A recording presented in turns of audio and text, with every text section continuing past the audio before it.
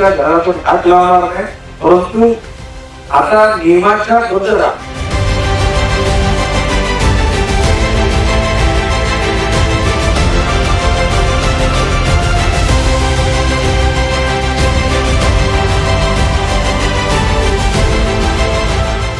वाशी येथील विष्णुदास भावे नाट्यगृहात पार पडलेल्या तिसऱ्या जनता दरबाराला नागरिकांचा अभूतपूर्व प्रतिसाद मिळाला। जवळपास 640 निवेदने या जनता दरबारमध्ये प्राप्त झाली।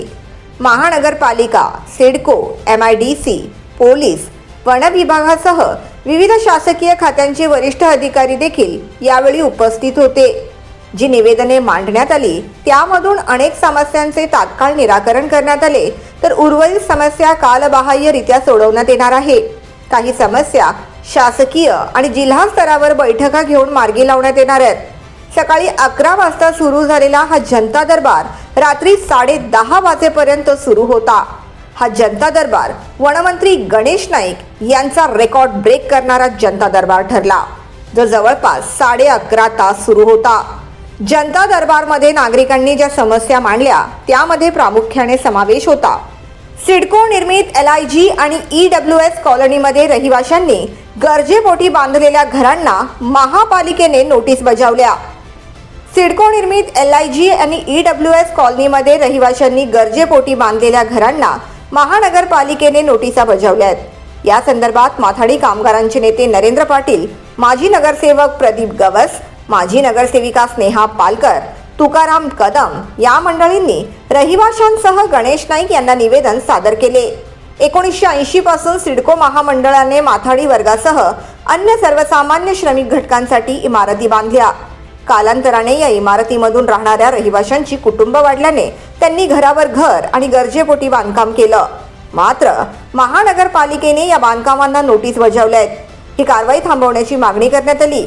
यावर वनमंत्री गणेश नाईक यांनी नागरिकांना आश्वस्त केले की त्यांच्या घरांना कोणालाही हात लावू देणार नाही। तुमच्या घरातून हात लावणार नाही, परंतु आता नियमाच्या बद्दल आणि मी सांगतो की लुटमाऱ्या, चिटिंग अशा खोट्या धंद्याच्या दुसऱ्याची बरबादी करून मुलाबाळांची लग्नासाठी पैसे कमवण्यापेक्षा एक मजला उभा केला तो गुन्हाच आहे, परंतु तिसरा मुद्दा गुन्हा काय होतो नाही, तुलनात्मक दृष्ट्या त्या गुन्ह्याचं स्वरूप कमी आहे। आता ते केलं तेवढा म्हणजे नापसंत करून सुद्धा तुमचं रक्षण करण्याची जबाबदारी शेवटी आमचीच आहे। आणि राज्य शासन माननीय नरेंद्रजी मोदी साहेबांनी प्रत्येकाला घर देण्याची भूमिका केली आणि आताचे मुख्यमंत्री देवेंद्र फडणवीस हे सकारात्मक आहेत।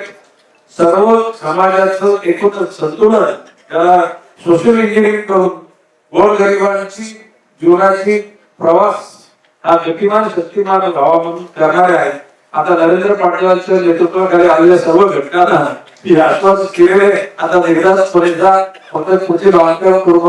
सिडकोच्या घराच्या किमती कमी करण्यासाठी निवेदन। सिडकोच्या घराच्या किमती कमी करण्यासाठी ॲडव्होकेट अंशुवर्धन आणि नागरिकांनी निवेदनं दिली। यावर सिडकोचे सहव्यवस्थापकीय संचालक शांतनू गोयल यांच्याबरोबर दूरध्वनीवर वनमंत्री गणेश नाईक यांनी चर्चा केली।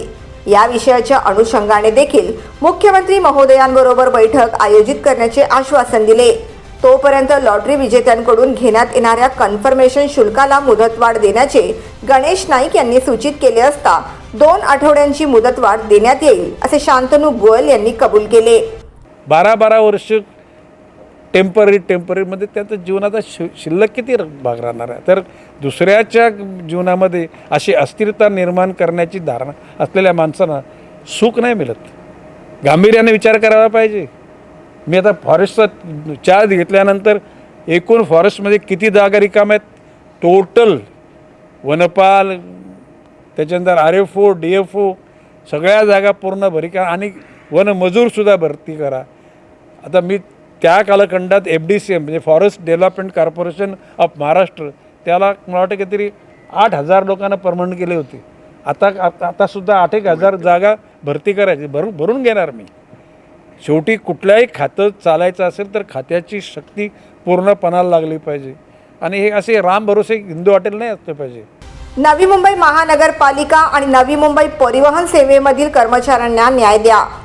जनता दरबारमध्ये श्रमिक सेनेच्या नेतृत्वात नवी मुंबई महानगरपालिका आणि परिवहन सेवेमधील ठोक कामगार रोख पगारावर काम करणाऱ्या जवळपास 300 पेक्षा अधिक कर्मचाऱ्यांनी भेट घेतली।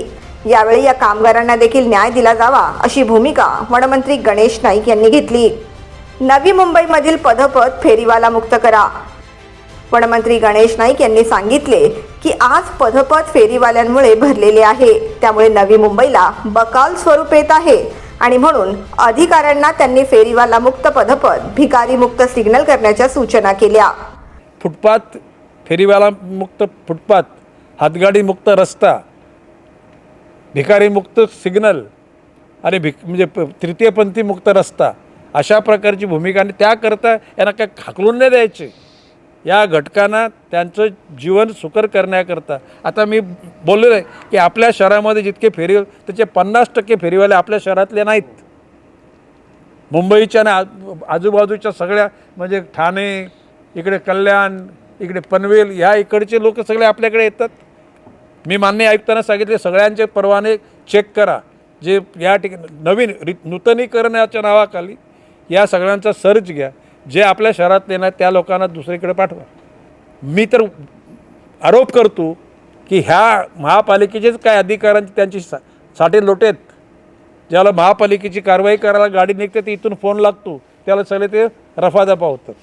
मी असं म्हटलेलं आहे की त्या ठिकाणी राऊंड द क्लॉक 12 तास एक महापालिकेचा कर्मचारी आणि पोलीसचा कर्मचारी तिथे स्टेबलच होऊ द्यायचं नाही। पट्टे मला माझी भूमिका तुम्हाला एकदा स्टेबलच होऊ दिला नाही म्हटल्यानंतर माणूस 2-3 दिवस बघतो, नंतर बाबा नाही इथे जमणार, माणूस तिथून निघून जातो।